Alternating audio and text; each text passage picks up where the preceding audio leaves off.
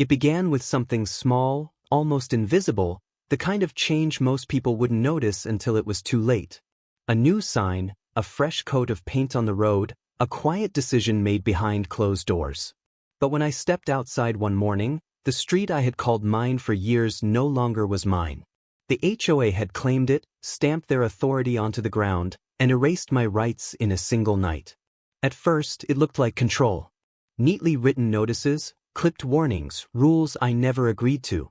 But beneath the paper and paint was something darker, something that turned neighbors against each other and tightened around me like a trap. And then came the breaking point, the moment they crossed a line so sharp, so brazen, it demanded a response they could never forget. So I planned something they would never see coming. But tell me, what would you do if your own road was stolen from you? The outside, Maplewood Grove looked like the kind of neighborhood people worked their whole lives to reach. The homes stood shoulder to shoulder in neat rows, each with painted shutters and porches where rocking chairs seemed permanently parked. Trees arched over the road, their branches meeting in the middle to form a kind of tunnel that filtered the light in the late afternoon. It was safe, it was orderly, and for most people who lived there, it was exactly what they had hoped for. For me, it wasn't just another house in another development. This place was the reward at the end of a long climb. Years of scraping together savings, working hours that blurred into nights, and turning down things I wanted so I could put something away for the future, all of that had led here. When I signed the papers and held the keys for the first time, I felt a weight lift. This wasn't a rental, it wasn't temporary, and it wasn't borrowed. It was mine. I remember my first spring in the house. The air carried the smell of cut grass and the sound of kids laughing as they wove between sprinklers. I spent hours on my porch, watching the rhythm of the neighborhood fall into place. Mornings were filled with joggers pacing past, evenings brought parents calling children in for dinner, and at night the glow of porch lights formed a soft, unbroken chain down the street. It gave off a sense of calm that made it easy to believe this place could shelter me from anything. My neighbors were friendly in the kind of polite, surface-level way that makes life smooth but not too personal. They waved when they drove by, nodded when they walked their dogs, and exchanged short greetings while collecting mail. It wasn't cold, exactly, but it wasn't warm either. It was safe, consistent, predictable, the very things I had been craving. The HOA existed quietly in the background, at least at first. They sent newsletters every month, folded neatly and tucked into mailboxes. The pages were filled with announcements about neighborhood garage sales, encouragements to decorate for holidays, and reminders about rules. Most people probably skimmed them. I know I did. At a glance, it all seemed harmless, even cheerful, with fonts that looked like they belonged on birthday invitations rather than warnings. But beneath the friendly tone, I noticed certain words repeated again and again. Standards. Compliance. Uniformity. It was easy to brush past those words when life felt calm. I had no interest in causing trouble, and so I did what most people did, I fit into the rhythm. I mowed the lawn on Saturdays, edged the sidewalk every other week, and swept the porch when leaves started to pile up. My house blended with the others enough that no one had reason to complain. Still, there were moments, small ones, when I felt the weight of something unspoken. Once, while trimming my hedges, I saw a neighbor across the street watching me with the kind of expression that wasn't quite a smile. Another time, I found a letter in my mailbox from the HOA calling itself a gentle reminder to keep trash bins stored out of sight. The letter was short, polite, and even apologetic in tone. But reading it made me pause. My bins hadn't been out more than an hour past pickup. Who noticed? And who cared enough to report it? The neighborhood ran on little rules like that, and at first, I convinced myself they were harmless. Rules kept the place clean. Rules kept property values high. Rules gave everyone something to rely on. That's what I told myself as I folded the letter and tucked it away. But even then, before the real conflict began, I couldn't ignore the question that settled in my mind. What happens when rules stop being about keeping peace and start being about control? The thought lingered at the edges of my daily life.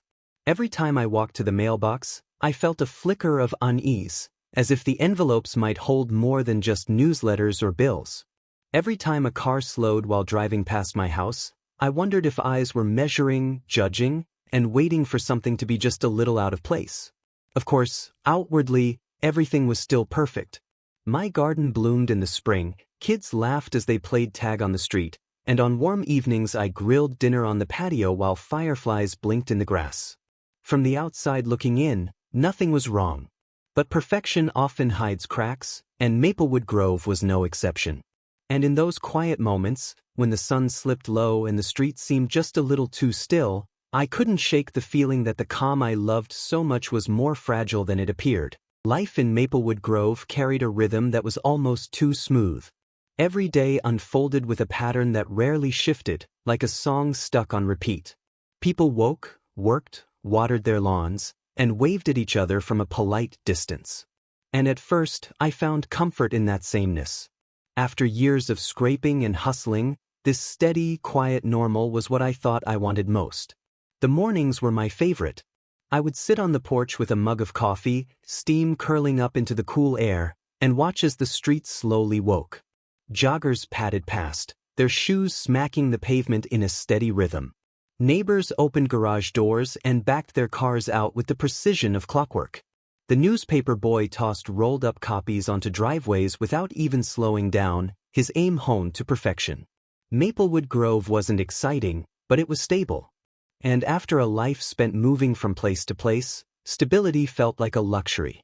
I got to know the small quirks of my neighbors just by watching them. Mrs. Avery across the street knelt in her rose beds every evening like it was a sacred ritual, trimming each blossom with surgical care.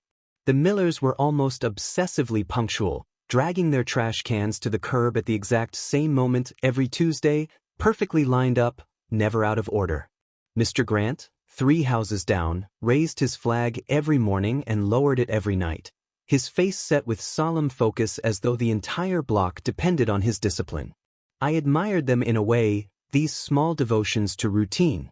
It made me feel like I had landed in a place where people cared about order, where everything had its place.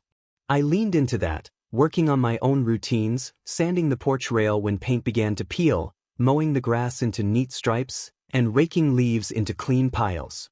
Not because I loved doing it, but because it felt right here. It felt expected. The HOA was mostly invisible at this point, a name on a newsletter, a logo on a letterhead. Their presence was quiet, almost background noise. But it was there. Their first letter to me had been framed as a friendly reminder, and I had convinced myself it was nothing. Still, I noticed how neighbors sometimes glanced at each other's houses, how their eyes flickered across lawns, mailboxes, and shutters, like they were measuring them against something unseen. It was subtle, but it was there, a sense of being watched. One Saturday, while edging the lawn, I saw a car I didn't recognize stop at the end of the street. A woman inside scribbled something on a clipboard before driving slowly past each house. When she reached mine, she lingered just long enough for me to feel a twist of unease in my chest. I waved, but she didn't wave back. She just wrote something down, then moved on. Later that week, another letter arrived in the mailbox. This one wasn't about trash bins or lawns. It was about community harmony.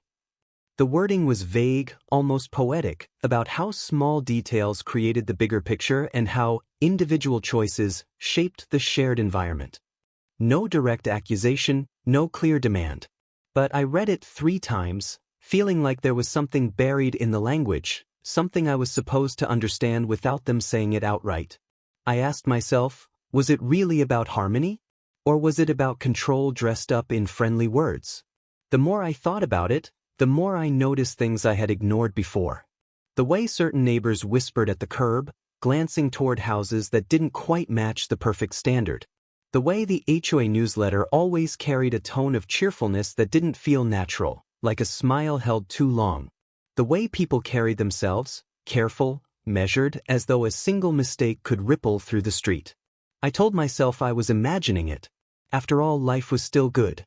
My house stood strong, my garden grew, and my days unfolded with the same dependable rhythm. I grilled dinner on the patio in the evenings, I walked through the neighborhood at dusk, and I enjoyed the peace I had worked hard to earn. And yet, there were moments when that peace cracked, even if only slightly. Like when a neighbor's mailbox went missing overnight and was replaced within days by a brand new one, identical to the rest. No one spoke about it, but the speed and silence of the replacement felt deliberate. Or when I saw a small note taped to a front door down the block, gone by the next morning, the family inside looking just a little more strained when they waved hello. These moments didn't last long, but they stacked up in my mind. Little things that added up to a feeling I couldn't quite shake.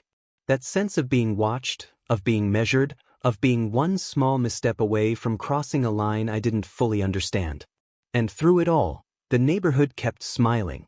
The lawns stayed green, the driveways stayed swept, and the children kept laughing. On the surface, nothing was wrong. But beneath the surface I felt it. The calm wasn't natural, it was enforced. I didn't know it yet, but those little letters, those clipped phrases about harmony and compliance, were only the beginning. The cracks in Maplewood Grove were there, waiting to spread. And when they did, they wouldn't just scratch at the surface. They would tear the place open. By the time summer rolled into Maplewood Grove, I had settled into the rhythm of the neighborhood so deeply it almost felt like I had been there forever. Morning walks, evening porch lights, the hum of sprinklers cutting across the silence, every detail stitched itself into the fabric of my days. It was safe. It was predictable. It was exactly what I thought I had been searching for. But safety, I was starting to realize, has a price. It began with little moments that most people wouldn't think twice about. One evening, I came home to find a paper tucked into the crack of my front door. It wasn't a letter, exactly, more like a notice, printed in the same friendly font the HOA always used. This time, it was a community appreciation reminder about keeping sidewalks free from clutter. The word clutter was bolded, though I couldn't see what it referred to. My walkway was clear. My porch was tidy. Still, the paper felt like a message aimed squarely at me. The next morning, while sipping my coffee on the porch, I saw Mrs. Avery glance toward my house as she bent over her roses. It wasn't a long look, just a flicker, but it felt like judgment. Across the street, the Millers dragged their trash bins out in their usual synchronized fashion, perfectly aligned as always. And for the first time, I noticed how mechanical it all seemed, like people weren't just following habits but performing them, as though someone was always keeping score. I couldn't shake the thought, was I being tested? One Saturday, I decided to take a walk around the neighborhood, something I didn't usually do. From the sidewalk, I noticed things I had missed before. Every mailbox was the same height, the same color, and the same design. Every house had shutters painted in one of only 3 approved shades. Every lawn was cropped short, each driveway swept spotless. It was beautiful, yes, but also unsettling. Too perfect. Too controlled.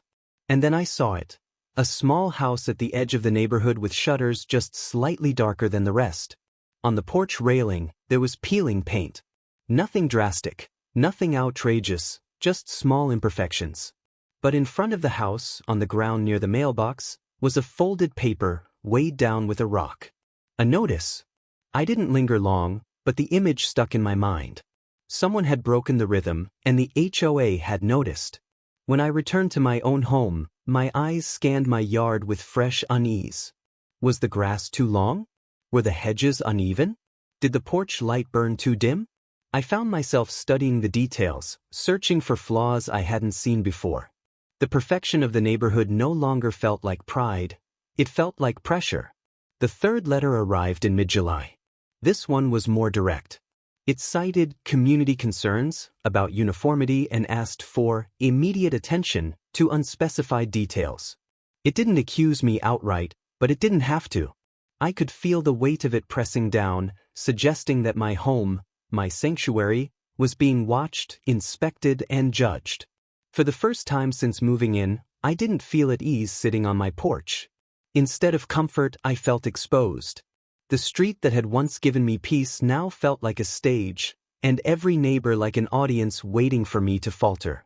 And yet, life went on.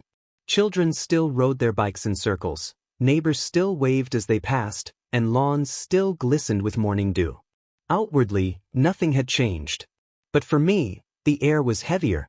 Each newsletter in the mailbox felt like a warning. Each glance from a neighbor carried more weight than it should have.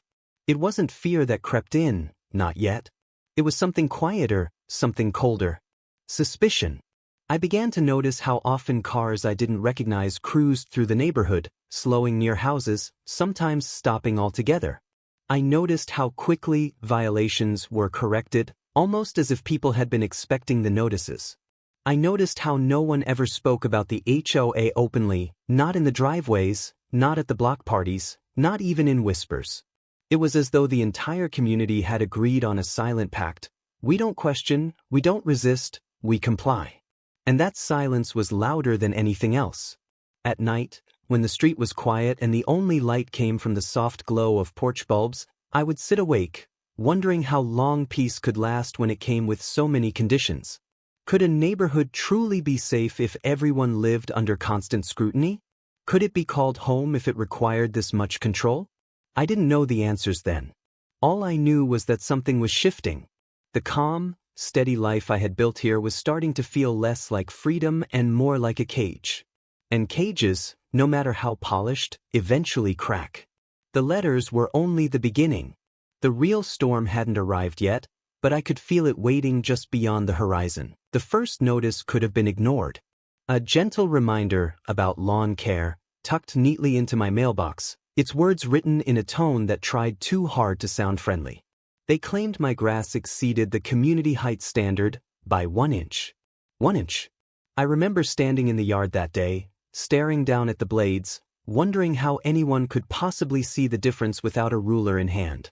It felt absurd, like a bad joke. But the letter ended with a fine.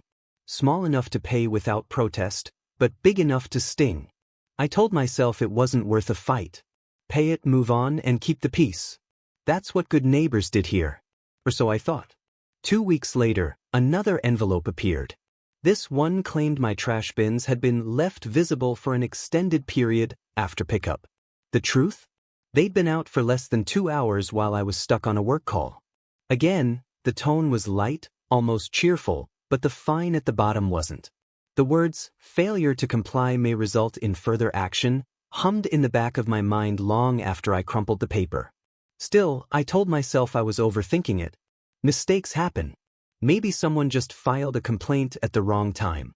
I shrugged it off. But deep down, I felt the first crack in my sense of safety. The third notice came less than a month later. This time, it wasn't about my lawn or trash. It was my mailbox. According to the HOA, my mailbox did not meet the uniform design standard. Never mind that it was brand new, freshly painted, and sturdier than half the rusted ones down the street. Never mind that I had chosen the style specifically to match my house. The letter demanded immediate replacement, or escalating fines would follow. I remember driving around the neighborhood that evening, staring at other mailboxes. Some were dented. Some were chipped. Some leaned slightly, like they hadn't been set into the ground properly. Yet none of those houses seemed to be facing violations. None of those neighbors looked burdened by threats. It felt targeted, deliberate. And though I didn't want to admit it, the thought gnawed at me. Why me? I replaced the mailbox anyway, swallowing the frustration in hopes that compliance would buy me peace. But peace never came. Instead, the violations piled up. A notice about a non-compliant porch light that wasn't bright enough.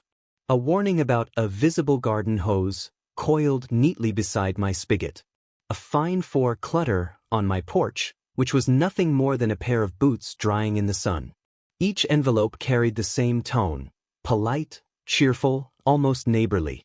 But beneath the sugarcoating, the message was clear: you are being watched.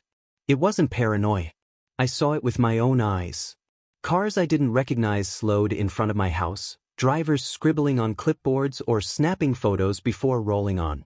Neighbors lingered a little too long when passing, their eyes flicking over my lawn, my shutters, and my driveway.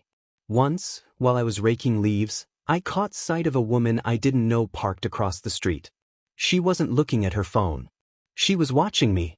The tension settled into my chest like a weight I couldn't put down. My own home, the place I had worked so hard to earn, the place that was supposed to bring peace, no longer felt like a sanctuary. It felt like a stage, and I was being graded on every move. I tried harder. I trimmed the lawn twice a week. I swept the porch daily. I dragged the trash bins in within minutes of pickup. I checked the porch light bulb obsessively, making sure it shone brightly at night. But no matter how perfectly I complied, another letter arrived.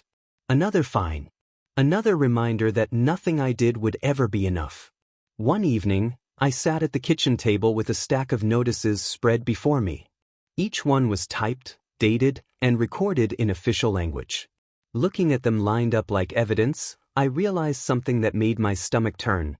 This wasn't about keeping the neighborhood beautiful. This was about control. The HOA wasn't interested in harmony. They were interested in obedience. And once you see that truth, you can't unsee it. I crumpled the most recent letter, the one about my porch light, and tossed it aside. My hands were shaking, not with fear this time, but with anger. It didn't matter how much I bent or how much I complied. They weren't going to stop.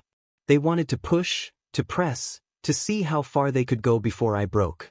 That night, I sat awake long after the streetlights flickered on, staring out at the row of perfect houses, the glowing porches, and the neat driveways. It was all so calm, so orderly, so deceptively peaceful. But beneath that surface, I could feel the hostility humming like electricity in the wires above. And I couldn't help but wonder, how far were they willing to go? Violations didn't just keep coming, they started to cut deeper. At first, the fines were irritating but manageable, like an annoying mosquito bite. But by now, the amounts were climbing. $50 for a lawn violation. $75 for the trash bins. $100 for the porch light. Every envelope seemed to carry a bigger number, as though the HOA were testing how much they could squeeze out of me before I cracked. I noticed a pattern. The notices didn't arrive randomly. They came after weekends when I had people over or after I spent time outside enjoying my own yard. It was as if someone was watching for the smallest chance to strike, and the HOA was more than willing to back them up. The most humiliating blow came on a Monday morning. I walked out to grab the newspaper and nearly tripped over a bright orange sticker plastered across my front door, Notice of Noncompliance. The bold red letters announced to the entire street that my property had been flagged. It wasn't just a letter slipped quietly into my mailbox anymore. This was public shaming. I stood frozen on the porch, the paper crinkling under my fingers as I tore it down. My neighbors were already outside, heading to their cars, walking their dogs. I caught their glances, quick, sharp, and curious. They didn't say anything, but they didn't have to. The message was clear. I had been marked. Inside, my hands shook with anger as I spread the sticker across the table. The violation? Improper landscaping. They claimed a section of my flower bed didn't match the approved plant list. A flower bed. These were tulips, bright and cheerful, planted to honor my late mother. Now, according to the HOA, they were inconsistent with neighborhood standards. That violation felt personal. It wasn't about rules anymore. It was about erasing my choices, stripping away anything that made my home mine. I ripped the sticker in half. But the shame lingered. It wasn't just me who saw it. It was my neighbors, people I waved to every morning, people who probably whispered later about what rule I had broken this time. I didn't just feel singled out. I felt humiliated. From that point on, I couldn't shake the sense that the HOA wanted me gone. Every letter dripped with the same cheerful but menacing undertone, like they were trying to push me toward one inevitable conclusion: either submit completely or give up and leave. But leaving wasn't an option. This was my home, my investment, my life. I wasn't going to be bullied into abandoning it. So I started documenting everything. Every notice, every fine, every photo they sent. I built a binder thick with evidence, hoping that one day I could fight back. I even began taking pictures of my own yard daily, proving that the grass was cut, the bins were in, and the porch light was on. I knew I couldn't stop the harassment, but maybe I could defend myself from the fallout. Still, no binder could protect me from what came next. One Friday evening, I arrived home to find a stranger standing in my driveway. He wore a bright yellow vest and carried a clipboard, the kind used by inspectors. My stomach dropped as he introduced himself as a representative hired by the HOA to perform a compliance check. Without asking, he began walking around my property, snapping photos of my fence, my shrubs, and even the side of my garage. I asked if he had a warrant or any right to be there. He simply shrugged, pointing to the bylaws of the HOA that supposedly gave him inspection privileges. He didn't stop until he had walked the entire perimeter of my home. That night, I didn't sleep.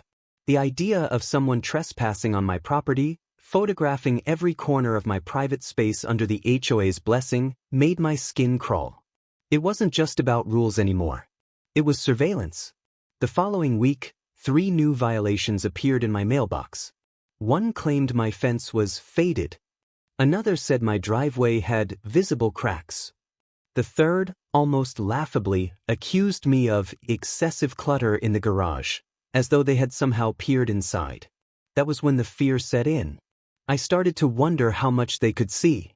Did someone on the board live close by, watching through their window, reporting every little detail? Were my neighbors complicit, filing anonymous complaints to curry favor with the association? Every face I passed on the street suddenly seemed suspicious. Every wave carried a question mark. By now, my evenings were no longer spent relaxing on the porch or enjoying my yard. They were spent fixing, cleaning, and documenting, desperately trying to get ahead of the next inevitable violation. I worked like a prisoner keeping a cell spotless for inspections, but it was never enough. Another letter always came. The harassment was more than financial. It was psychological. Every day, they chipped away at my peace, my privacy, and my dignity. And every time I thought it couldn't get worse, they proved me wrong. One night, I stepped out to take the trash bins in, only to notice tire tracks across my lawn. Someone had driven up onto my property. When I checked the mailbox, I found yet another notice waiting for me, this one accusing me of damaged landscaping. That was the moment it hit me like a brick. The HOA wasn't just waiting for me to fail. They were setting me up to fail. And I couldn't shake the growing question. If they were willing to go this far, how far would they push me next? By this point, it was no longer about compliance. I could trim the grass with military precision, repaint the fence every weekend, and replace the porch light with something that could guide ships in the night. None of it mattered. The violations kept landing in my mailbox like clockwork, each one heavier than the last. The fines weren't just growing in number. They were growing in size. What started as $50 penalties had turned into $200, then $300. Some came stamped with bold red letters. Final notice, failure to pay may result in legal action. The numbers added up quickly, eating into savings I had worked years to build. But the worst part wasn't the money. It was the feeling of being cornered, like a prey animal constantly hunted. I never knew when the next blow would come, only that it would. The board meetings were supposed to offer answers. Every month, residents gathered in the clubhouse to discuss community business. I decided to go, hoping I could face the people behind the endless letters and at least get clarity. Walking into that meeting felt like stepping into enemy territory. The room was filled with rows of folding chairs, the faint smell of stale coffee hanging in the air. At the front sat the board, a small group of neighbors who wore the same smug expressions, their binders stacked neatly in front of them like weapons. When it was my turn to speak, I explained calmly that I had complied with every notice, that I had photographic proof of my lawn, my bins, and my porch light. I asked why, despite everything, the violations never stopped. Their response was chilling in its emptiness. They shuffled papers, exchanged glances, and then repeated the same scripted lines about standards and uniformity and community aesthetics. When I pressed for specifics, one of them leaned forward and said, in the same polite tone the letters used, "If you're struggling to keep up, perhaps this isn't the right neighborhood for you." The words hit like a slap. Struggling to keep up? I wasn't failing. I was being set up to fail. And now they were saying it out loud. Maybe I didn't belong here. I left the meeting with my heart pounding and my fists clenched. That night, I couldn't shake the looks I got in that room. Some neighbors nodded along with the board, others avoided eye contact entirely. The message was clear: the board had power, and anyone who questioned it risked being ostracized. The isolation grew. Friends who used to wave when they passed my house now looked the other way.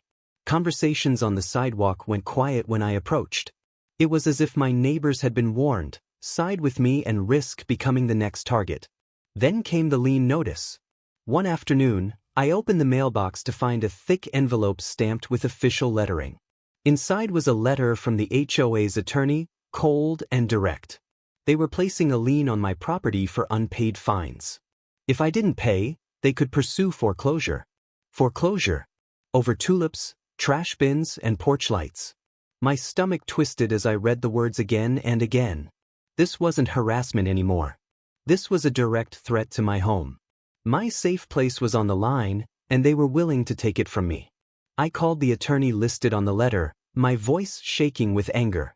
He spoke with rehearsed indifference, reminding me that I had agreed to the bylaws when I bought into the neighborhood. Every fine, every violation, every penalty was legally enforceable. His tone made it sound as though my fate was already sealed. That night, I spread all the letters, fines, and notices across the floor.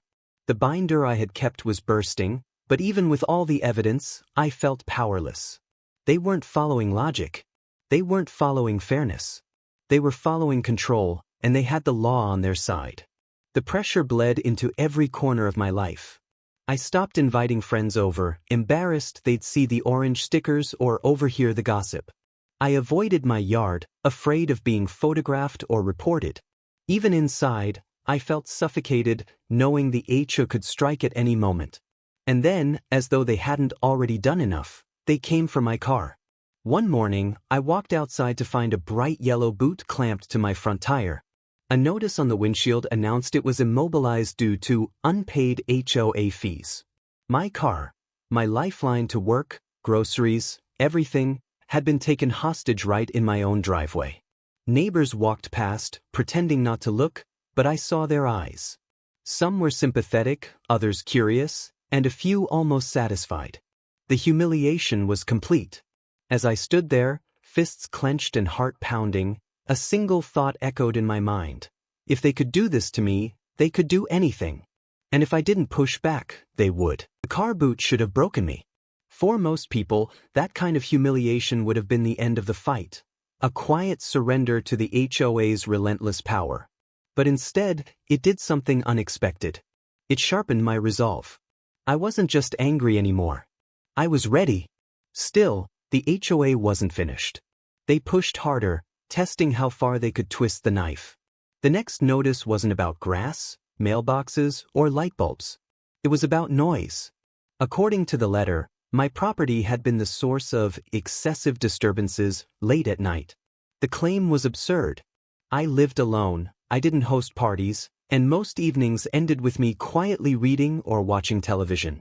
But the HOA insisted, attaching complaints from anonymous neighbors. They threatened new fines if I didn't maintain acceptable noise levels. It was a trick. They couldn't prove it, but that wasn't the point. The goal was to stack violations, to make me look like a chronic rule breaker no matter what. I started noticing things I hadn't before. A car idling down the block late at night. A neighbor walking their dog, stopping just a little too close to my yard, listening. Once, I swore I heard someone tapping on my fence in the dark. They weren't just accusing me of noise. They were creating it. Soon after came another blow. One morning, I stepped outside to find a fresh violation notice taped directly to my garage door. This one accused me of improper storage of recreational equipment. I stared in disbelief. The only equipment was a bicycle leaning against the wall inside my garage. Somehow, they had seen it, or claimed they had, and turned it into yet another offense. It dawned on me that there were no limits anymore. If a bicycle in my private garage could become an HOA violation, nothing was off the table. My privacy was gone, my freedom stripped, my life micromanaged by people who thrived on control. The financial pressure mounted alongside the psychological toll. The running total of fines was staggering now, climbing into the thousands. The lien on my home loomed larger with each notice. The HOA wasn't simply harassing me anymore. They were tightening a noose around my property, threatening to choke the very roof over my head. I began to wonder if this was their plan from the beginning. Push me with violations, bury me with fines, then swoop in to seize my home when I couldn't keep up. It wasn't just about order or appearances. It was about power, money, and control. The worst moment came when I returned from work one evening to find a letter slipped under my door, not in the mailbox this time. My stomach sank as I unfolded it. The message was short, chilling, and direct. Failure to comply will result in legal removal from the community. Legal removal. Eviction. They weren't just threatening my car, my yard, or my finances anymore. They were threatening me. That night, I couldn't sit still. I paced the house, heart racing, my binder of evidence spread open across the table. I reread every violation, every photograph, and every receipt. It all painted the same picture. No matter how much I tried, I would never win by playing their game. I thought about the neighbors who looked away when I passed, about the board members with their smug smiles, and about the endless stream of letters designed to break me. They thought they had cornered me, that I would either crumble under the pressure or quietly disappear. But they were wrong. Something inside me snapped that night. The quiet compliance, the desperate attempts to prove myself, the endless cycle of fixing and paying and hoping for mercy, it was over. I realized that if they wanted a fight, they were going to get one. And not the kind they expected. The night I decided enough was enough, the air felt different. Heavy. I sat in my kitchen, surrounded by papers that had come to define my life, violation notices, fines, legal threats, every ugly reminder of the HOA's chokehold. For weeks, I had been pacing like a caged animal, waiting for their next move. But now, something in me had shifted. Fear no longer ruled me. It was anger now. And determination. I had built a binder thick with evidence, photos time-stamped, receipts collected, and letters saved in chronological order. For months, I had been quietly gathering everything they threw at me, thinking it would one day be useful. Now that day had come. The HO thought they held all the cards. They had the board. They had the bylaws. They had the power to fine, to shame, and to threaten foreclosure. But what they didn't know was that their power had limits, and I was ready to push them to the edge. The final straw had been the letter slipped under my door. Failure to comply will result in legal removal. That wasn't just intimidation. That was a line in the sand. And once they crossed it, they gave me something priceless, proof of harassment that no reasonable judge could ignore. I wasn't going to sit quietly anymore. I was going to fight back. The first step was simple. I called a lawyer. Not just any lawyer, one who specialized in property disputes and HOA abuse cases. When I walked into his office with my binder under my arm, I felt like a soldier carrying ammunition. He listened carefully as I laid everything out. The arbitrary fines, the selective enforcement, the trespassing inspector, the lien notice, and the threats of eviction. Every word I spoke seemed to sharpen his expression. By the time I finished, he leaned back in his chair and said, "They've gone too far. Much too far." That sentence lit something inside me. For the first time in months, I felt validation. I wasn't crazy. I wasn't paranoid. This was real and someone else could see it too. The lawyer explained the plan. We'd file a formal complaint. We'd demand the fines be removed, the lien lifted, and the harassment stopped. And if the HOA resisted, we'd take it to court. It sounded simple on paper, but I knew what it really meant: war. The next HOA board meeting arrived like a storm cloud. I walked into the clubhouse with my binder clutched tight, my lawyer beside me. The room buzzed with low chatter, neighbors turning in their seats to watch us.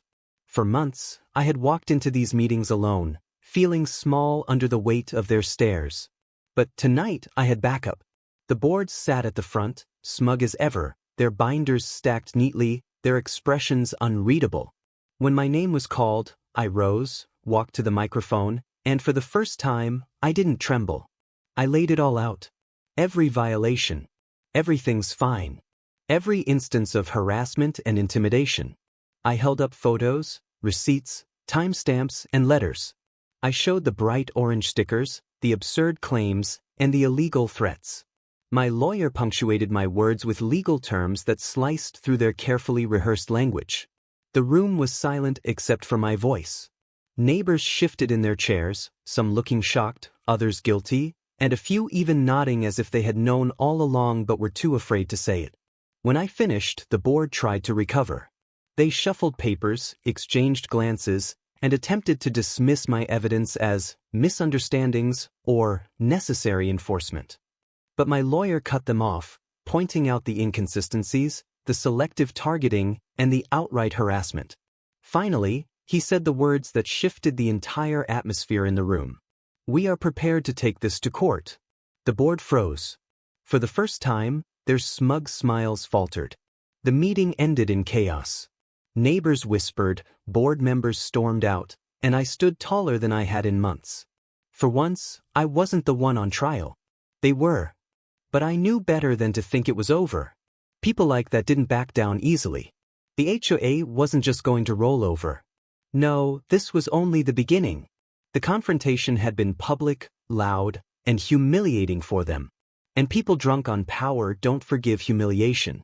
Walking out of that clubhouse, I felt a strange mix of emotions: relief that I had finally stood up, dread for what was to come, and a fire of determination that burned hotter than ever. The war had begun. And deep down, I knew this battle would push both sides to their breaking point. Board meeting was supposed to scare them into backing down. At least, that's what I told myself walking out of that clubhouse with my lawyer at my side, neighbors buzzing in the background about everything they had just seen. For the first time, I felt the weight shift ever so slightly. The HOA was no longer untouchable. But if I thought that public confrontation was the peak of the storm, I was wrong. The real storm came after. The very next morning, I found another letter taped to my front door. The paper was thicker this time, official-looking, and stamped with the board seal. My heart pounded as I ripped it free. The words inside were simple but chilling. Effective immediately, your access to all community amenities has been suspended due to non-compliance and ongoing disputes with the HOA. Amenities. That meant the pool, the gym, the clubhouse, and even the park benches were technically under their control. None of it mattered much to me personally, but the symbolism was clear. They were cutting me off, isolating me further, and making an example out of me. I could feel the neighbors' eyes on me as I stood in my driveway with the letter crumpled in my fist. Some sympathetic, some curious, some no doubt pleased. The board was striking back, and they wanted the whole community to see it. By noon, the retaliation had escalated. My phone buzzed with an email from the HOA's attorney.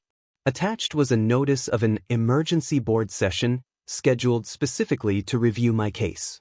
They had called a meeting just for me, and the language dripped with hostility. They accused me of slander, of disrupting community harmony, of creating a hostile environment. The irony was suffocating. That night I barely slept. My mind spun with images of that upcoming session. I knew what they wanted: to silence me, to paint me as the villain in front of the very neighbors I was trying to reach. The meeting arrived faster than I was ready for. The clubhouse felt different this time. Darker, heavier, charged with tension. Neighbors packed the chairs, some standing in the back. Whispers rippled through the room as I walked in. The boards sat at the front like judges in a trial, their binders lined up neatly, their faces hard and cold. When my name was called, I stood. My lawyer wasn't with me this time. He had advised me to let them dig their own grave. He was right. If they wanted to stage a show, I would let them, and every word would become fuel for the case we were building. The board began reading a list of accusations. They claimed I was disruptive, non-compliant, and disrespectful of the rules. They said my behavior was damaging the reputation of the community. They even hinted that if I continued, they would pursue legal action against me personally for defamation. The words rolled over me like waves, but I didn't flinch. I stood in silence, letting them pile the charges higher and higher, each one more absurd than the last. And all the while I could feel the neighbors watching. Some frowned, some whispered, and some looked down at their hands. Finally, when they finished, I raised my hand. Calmly, deliberately. And when they reluctantly nodded, I spoke. I told the room that I had documented every violation, every fine, every letter, every visit, and every threat. I told them I had evidence, not just accusations, not just words, but hard proof. And then I let the silence hang. The shift in the room was almost physical. Whispers broke out again, louder this time. Neighbors turned to each other, eyebrows raised. For the first time, the board looked uneasy. Then I added one final line, my voice steady and clear. If this continues, I won't be the one answering questions in court. Gasps rippled through the room. One board member's face flushed red. Another clenched his jaw. The head of the board leaned forward and slammed his binder shut with a sharp crack that echoed through the room. The meeting dissolved into chaos. People shouting, board members trying to restore order, neighbors demanding answers. I slipped out quietly, heart racing, hands trembling.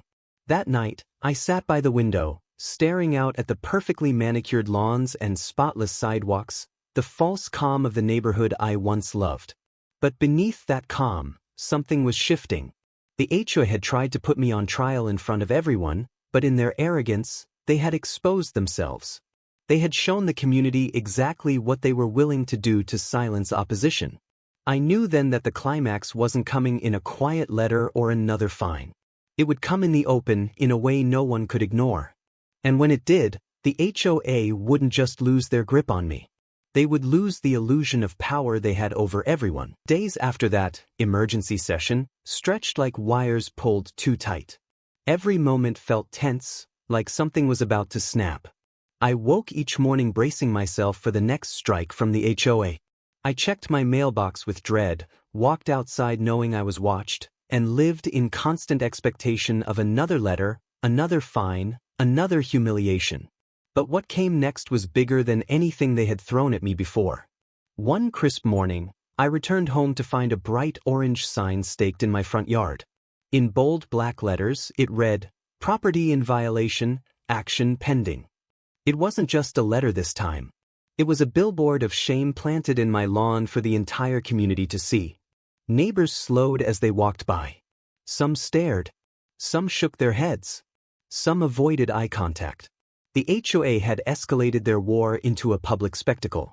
I ripped the sign from the ground, my hands shaking with rage. It wasn't just harassment anymore. It was character assassination. They wanted to turn me into an outcast, to poison my name in the neighborhood until I had no allies left. But what they didn't realize was that by making their abuse public, they had played right into my hands. I called my lawyer immediately. Within hours, he had drafted a cease and desist letter citing harassment, defamation, and abuse of authority. But that was only the beginning. He filed an injunction demanding the removal of the lien and the elimination of all fines, attaching the mountain of evidence we had collected. And because of the public humiliation tactics, he filed for damages too. The HOA had overplayed their hand. Word spread quickly. Neighbors whispered about lawsuits, about legal trouble, and about the possibility that the board itself could be dissolved. Some even knocked on my door quietly at night, sharing their own stories of harassment, of fines for trivial things, of threats they had endured but never spoken about. For the first time, I realized I wasn't alone. My fight had become more than personal. It was a spark that others were ready to follow. The climax arrived on a Tuesday evening, inside the very clubhouse where this war had begun. The courtroom-like setup was the same, but this time the stakes were real. My lawyer sat beside me, files neatly stacked, his expression calm but sharp. The board members sat stiffly, their attorney whispering frantically in their ears. The tension was suffocating. When the judge called the session to order, the board tried to spin their story. They painted me as a disruptive neighbor who refused to follow rules. They claimed the fines were justified, the lien legal, and the signs necessary community enforcement. Their words rang hollow, rehearsed, and desperate. Then it was our turn. My lawyer spoke with precision, his voice steady but edged with fire. He laid out the evidence one piece at a time. He held up letters, projected photos, and read dates and times. He showed the orange violation stickers, the threatening notes, and the trespassing inspector. He presented the orange sign, the ultimate symbol of their harassment. And then he unveiled what I had been waiting for. A compilation of statements from neighbors. Real people who had lived under the same shadow, who had stories of intimidation, threats, and unfair fines. One by one, their accounts painted a picture of an HOA that was less about community standards and more about unchecked power. The board shifted uneasily in their seats. Their attorney's face tightened. For the first time, They looked less like rulers and more like defendants. The judge listened carefully, his expression unreadable. The silence in the room grew thick. Every person there, neighbors, board members, and me, held their breath, waiting for the hammer to fall. And then came the words that would change everything. The actions taken by this HOA demonstrate harassment and abuse of authority. The liens are to be lifted immediately, the fines rescinded, and damages are to be awarded to the homeowner. The board froze. The room erupted. Some neighbors gasped, others clapped softly, and a few even whispered, "Finally." I sat there, stunned, relief flooding through me like a wave. Months of fear, humiliation, and rage all collapsed into a single moment of vindication. I had won. Not just for myself, but for every neighbor who had lived under their boot. But the victory wasn't just in the ruling. It was in what came after. As we walked out of the courtroom-like clubhouse, reporters who had caught wind of the case snapped photos. Neighbors crowded around, some thanking me, some telling me I had given them courage. The board members slipped out quietly, their faces pale, their power crumbling. The fight had reached its peak, and the mighty HOA had been humbled in front of everyone. Yet even in that moment of triumph, one thought echoed in my mind. Power never disappears quietly. The war might be won, but the story wasn't over. Because what happens when those who thrive on control finally lose it? The ruling had been delivered, the gavel struck, and the HOA's carefully built tower of intimidation had finally cracked.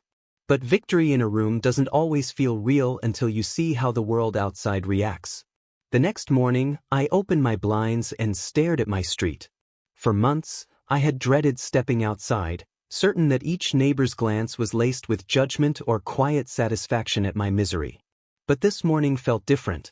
The orange violation stickers were gone. The liens were legally void. The threat letters were nothing more than evidence now, locked in a file labeled "Case Closed." For the first time in months, my driveway was just a driveway, not a stage for humiliation. I walked outside cautiously, unsure how I would be received. And that's when it began. A neighbor across the street gave a small nod, almost shy. Another waved awkwardly. Later that afternoon, a couple I barely knew knocked on my door, holding a plate of cookies like something out of a forgotten era of civility. They thanked me quietly for standing up, confessed their own horror stories about the board, and admitted they'd been too scared to speak. That was the moment I realized the true impact of what had happened. My battle hadn't just lifted the weight from my shoulders, it had given others permission to breathe. But the board didn't vanish overnight. Their power had been clipped, yes, but people drunk on control rarely admit defeat easily. At the next official HOA meeting, the atmosphere was thick with tension. Neighbors filled the clubhouse to capacity, their voices sharper, their eyes unafraid. When the board members shuffled in, the air shifted. They looked smaller, stripped of the smug confidence that had once radiated off them like heat. The president cleared his throat, trying to begin the meeting as usual, but the crowd wasn't having it. One by one, neighbors began speaking out. Questions were fired like arrows. Why were funds spent on endless legal battles? Why were residents threatened with foreclosure? Who approved the violation signs? The board stammered. They tried to redirect, to maintain control, but the walls were closing in. And then someone said the word that broke the dam: recall. The murmurs exploded into a roar. Petitions began circulating that very night. Within weeks, signatures poured in. The president resigned quietly, followed by 2 other board members. Those who remained clung to their seats for a time, but the tide had turned. The HOA, once untouchable, was now under the microscope of its own community. And through it all, I sat quietly in the back of the room. I wasn't leading the charge anymore. I didn't need to. The neighbors had found their voices, and once a voice is freed, it doesn't go back to silence. At home, the changes were just as tangible. No more orange stickers. No more threatening letters. No more shadow of fines waiting for me at the mailbox. My lawyer finalized the settlement for damages, and with the money, I repaired the wear and tear the HOA had ignored for months. My house no longer looked like a battleground. It looked like home again. Yet the most powerful change wasn't physical. It was emotional. For months, I had felt caged, suffocated, and stripped of dignity. Every walk outside had been a march under scrutiny. Every sound of paper sliding into my mailbox had been a trigger for dread. That weight was gone now. One evening, I sat on my porch with a cup of coffee and listened to the quiet hum of the neighborhood. For once, the silence wasn't oppressive. It was peaceful. Birds chirped in the distance. A child's laughter echoed faintly from the cul-de-sac. Life had texture again. But while peace settled over my home, I couldn't shake the bigger realization. This wasn't just about one homeowner fighting back. It was about an entire system that thrives in silence. For every neighborhood where someone stands up, there are dozens where people don't, where fear keeps them compliant, and where HOAs rule unchecked. That thought lingered as I prepared for bed that night. Yes, I had won my battle. But the war between power and fairness, between intimidation and courage, still burned far beyond my street. And that's when I knew my story wasn't just ending. It was becoming something larger. The HOA had underestimated me. They thought I would be an easy target, a cautionary tale to keep others quiet. But instead, I became something else entirely, proof that they could be beaten. Proof that no board, no matter how smug, no matter how ruthless, was above accountability. The ripple effect was undeniable. Neighbors began talking more openly, not just in whispers over fences, but in groups, in meetings, and in letters addressed to the board. The clubhouse, once a chamber of intimidation, became a place where real questions were asked and real answers demanded. And though I didn't crave the spotlight, I knew my stand had sparked something. The story wasn't just about an HOA gone too far. It was about what happens when ordinary people finally decide enough is enough. Months passed, and the scars of the battle slowly healed, but their lessons never left. The HOA, once a looming presence that dictated everything from the shade of blinds to the length of grass, had been stripped of its invulnerability. What had been a board feared by all was now a body held accountable by the very residents it once ruled over. The recall petition succeeded. The old board members, those who had sat smug and unchallenged for years, were gone. In their place came a mix of new faces, neighbors who had lived in silence for too long, now emboldened to step up. They weren't perfect, and they didn't hold all the answers, but their presence alone marked a shift, leadership by the community, not over the community. Meetings transformed. Where once they had been rigid spectacles of intimidation, they became open forums. Neighbors actually spoke without fear of glares or gavel-banging interruptions. Budgets were explained, decisions debated, and votes taken transparently. For the first time, people felt like members of a neighborhood instead of subjects of a regime. And while my own fight had ended in the courtroom that day, its echoes reached far further than I expected. I began to receive calls and emails from people outside our community, friends of friends, strangers who had heard about the case. They told me about their own battles, their own HOA nightmares. They asked how I had done it, where I had found the courage, and how they could start. I didn't see myself as a leader, but I understood then that stories have power. My binder of evidence, once a symbol of isolation, became a roadmap for others. Step by step, I explained what I had done. Document everything, find allies, don't let intimidation silence you, and never underestimate the strength of persistence.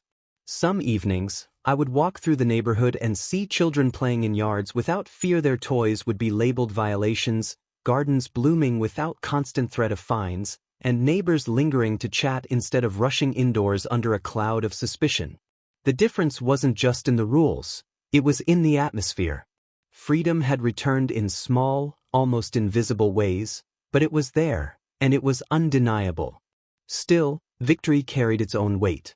People often asked me if it had been worth it, the sleepless nights, the stress, the endless confrontation. And the truth is, it came at a cost. I had lost time, peace, and months of my life to that fight. But I had gained something far more valuable, proof that no system, no matter how entrenched, is unbreakable. One evening, the community held a gathering at the clubhouse. Not a meeting, but a real gathering, food, music, and laughter. The same building where I had once stood trembling under accusation now echoed with warmth and connection. A neighbor I barely knew raised a glass in my direction and said, To the one who stood up when the rest of us were afraid. The room erupted in applause. My face flushed, but my heart swelled. I hadn't fought for applause, but in that moment, I felt something close to peace. And yet, beneath the celebration, a quieter thought lingered. How many other neighborhoods were still suffering in silence? How many families lived under the weight of boards that thrived on fear?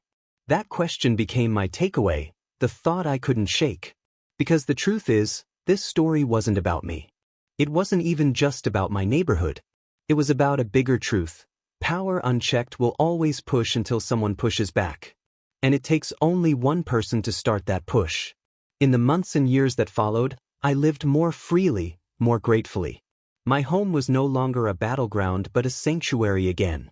The sound of paper sliding into my mailbox no longer sent a chill down my spine. Instead, it was just mail, ordinary and harmless. That ordinary peace, after everything, felt extraordinary.